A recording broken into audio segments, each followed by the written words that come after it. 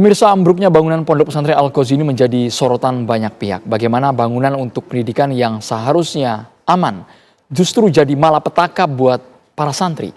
Bagaimana pula pengawasan DPRD Jawa Timur terhadap kelayakan bangunan pendidikan. Untuk membahas hal tersebut sudah bersama kami Ketua Komisi E DPRD Provinsi Jawa Timur, ada Sri Untari. Selamat sore Ibu Sri Untari, kami ingin tahu Ibu, sejauh mana fungsi pengawasan dari DPRD Jawa Timur terhadap bangunan lembaga pendidikan, termasuk pesantren, Bu, dalam kasus Ponpes Al-Qozi ini? Ya, selamat sore, Mas. Langsung ya? Langsung, Bu, silakan. Yang pertama, kami sebagai Ketua Komisi E mewakili rekan-rekan Komisi E dan DPRD Jatim mengucapkan duka cita yang mendalam atas berpulangnya ke rahmatullah anak-anak kita yang berada di Al-Qozi ini. Di hari ke-5 saya nunggu di sana bersama dengan Pak Sekda, BPBD dan teman-teman yang lain. Kalau saya ditanya tentang pengawasan, ini pondok pesantren itu ada dalam kawasan Kemenak, Mas. Jadi kita ini kan ada satu hal, jadi untuk pendidikan, ini untuk provinsi itu ngurusi terkait dengan SMA dan SMK yang itu wilayahnya Provinsi Jawa Timur, kewenangan Provinsi Jawa Timur sesuai dengan Undang-Undang 32 tahun 2014. Nah, 23 tahun 2014. Nah, untuk saudara-saudara kita yang ada di pondok pesantren, itu pengawasan langsung dan juga pembinaannya itu dari Kemenak. Jadi kami memang tidak memiliki tupoksi untuk bisa memberikan pengawasan. Nah, tetapi Jawa Timur memberikan bantuan berupa bentuknya Posda Madin, kemudian kemarin itu kami membantu untuk aliyah swasta, itu kami bantu lewat APBD Provinsi. Hanya dalam proses pengawasannya memang bukan dalam kawasan kami. Demikian, Mas. Laporan yang masuk ke DPRD Jawa Timur, Ibu Sri Untari, apakah selama ini ketika ada pondok pesantren khususnya di Jawa Timur yang membangun, itu merupakan inisiatif? Apakah ada laporan ke pemerintah daerah terkait, Ibu? Selama ini memang kalau kita ketahui ada pondok pesantren itu yang sudah besar, ada yang menengah dan yang kecil.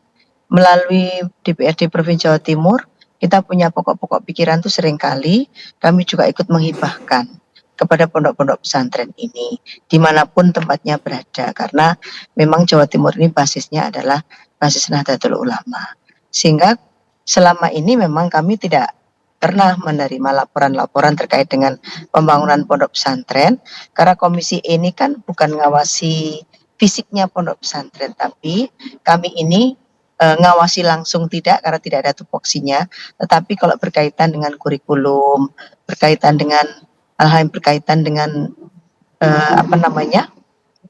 kepentingan pendidikan ke depan, itu ada korelasinya dengan kita.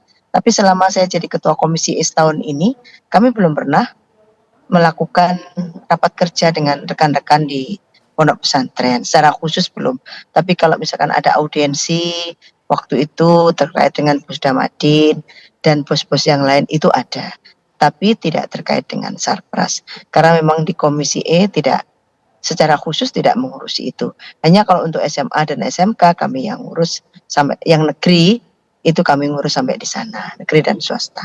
Demikian, Mas. Bu Sri Untari, saat ini polisi sudah mulai membuka pintu penyelidikan mengenai penyebab ambruknya Ponpes Al-Qozi ini. Dari DPRD menyikapinya bagaimana, Ibu? Meskipun kami melihat sejauh ini belum ada tuntutan sama sekali dari pihak keluarga korban. Yang pertama memang harus dipahami dengan penuh bahwa negeri kita ini sebelum merdeka, ratusan tahun yang lalu pondok-pondok pesantren itu sudah menjadi salah satu tempat mendidik para anak-anak generasi dari generasi ke generasi. Ketika Islam masuk di Indonesia, maka berkembanglah pondok-pondok pesantren ini. Sehingga pondok-pondok pesantren ini sudah ada sebelum adanya pemerintah Republik Indonesia.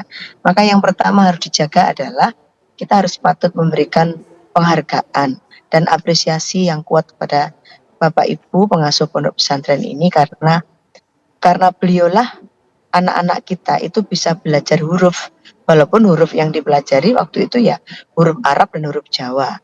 Karena memang sebelum masa kemerdekaan yang banyak dipelajari adalah huruf-huruf berkaitan dengan bahasa Jawa kalau di tempat kita. Nah, untuk berikutnya hal-hal yang penting untuk dipahami bersama-sama bahwa sebagai sebuah kultur yang terbangun, pondok pesantren ini adalah tempat untuk mewariskan sebuah peradaban yang sangat kuat, yaitu terkait bahasa.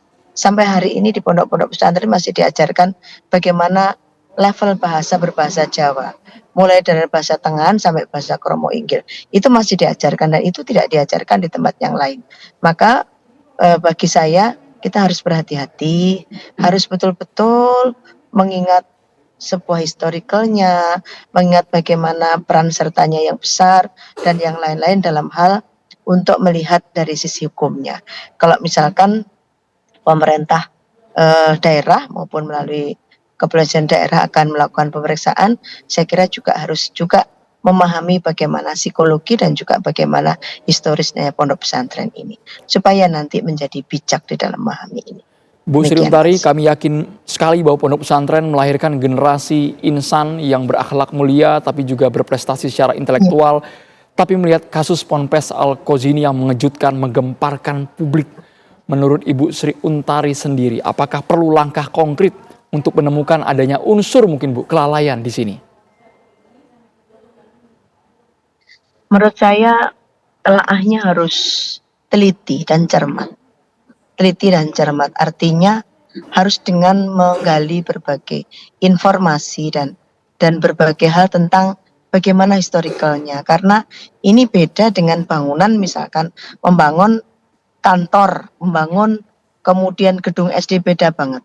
Oleh karena itu perlu wisdom yang kuat dari teman-teman hukum untuk melihat sisi lain supaya nanti tidak terlalu memiliki sebuah pemahaman yang bias begitu. Memang sudah terjadi anak-anak kita menjadi salah satu yang menjadi korban. Nah, ke depan saya berharap pada semua saudara-saudaraku yang mendirikan pondok pesantren, karena ini memang di era yang modern, ya taatilah apa-apa yang terkait dengan konstruksi itu. Misalkan kolomnya cukup untuk 2 lantai, ya 2 lantai saja begitu. Karena memang begitu marak dan banyaknya tempat-tempat atau para santri-santri yang ingin sekolah di pondok pesantren. Ini sebuah fakta yang memang sudah menjadi umum di Jawa Timur. Bahkan saya melihat di pedesaan-pedesaan ini, SD-SD ini sudah mulai tutup. Muridnya tinggal 3, tinggal 2, tinggal 10. Ternyata setelah saya gali kemana? Pada sekolah di pondok pesantren. Artinya pondok pesantren ini sebagai sebuah pilihan bagi wali murid atau wali santri untuk berpikir bahwa lebih baik menyekolahkan anak-anak di pondok pesantren dengan maksud dan tujuan bahwa ada adab, ada etika, ada histori, ada ilmu, ada pengetahuan, ada challenge yang diajarkan di situ. Untuk itu saya betul-betul berpesan pada Bapak Ibu pengasuh pondok pesantren, kalau toh harus membangun, ikutilah yang namanya bestek gitu ya. Itu kan salah satu hal yang perlu kita lakukan bersama. Kalau misalkan harus melibatkan anak-anak kita para santri, ya dilibatkan dalam gerak sebuah gotong royong saja. Tapi harus tetap ada hitungan. Yang menghitung ya orang yang mengerti, agar kemudian ini tidak terjadi lagi di kedepannya. Dengan kata lain, Ibu Sri Untari mengamini bahwa DPRD akan mendesak audit total bangunan pesantren, Bu, di Jawa Timur? Kalau kita mengaudit total, siapa yang akan mengaudit? Karena ini adalah kawasannya Kemenak. Oke.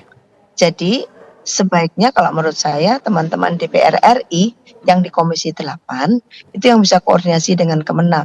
Karena seluruh pondok pesantren ini tanggung jawabnya bukan di Provinsi Jawa Timur. Tanggung jawab kita adalah silaturahmi dan bantuan-bantuan. Tapi kewenangan untuk menjadi auditornya, pengawasnya dan sebagainya bukan di kami. Maka lebih tepat kalau ada di DPR RI Komisi 8 atau berapa itu yang berkaitan dengan Kemenak ini. Baik. Terima kasih Ibu Sri Untari. Pandangannya langsung dari Komisi E Sama-sama. DPRD Jawa Timur. Ya. Terima kasih, Bu. Assalamualaikum. Terima kasih.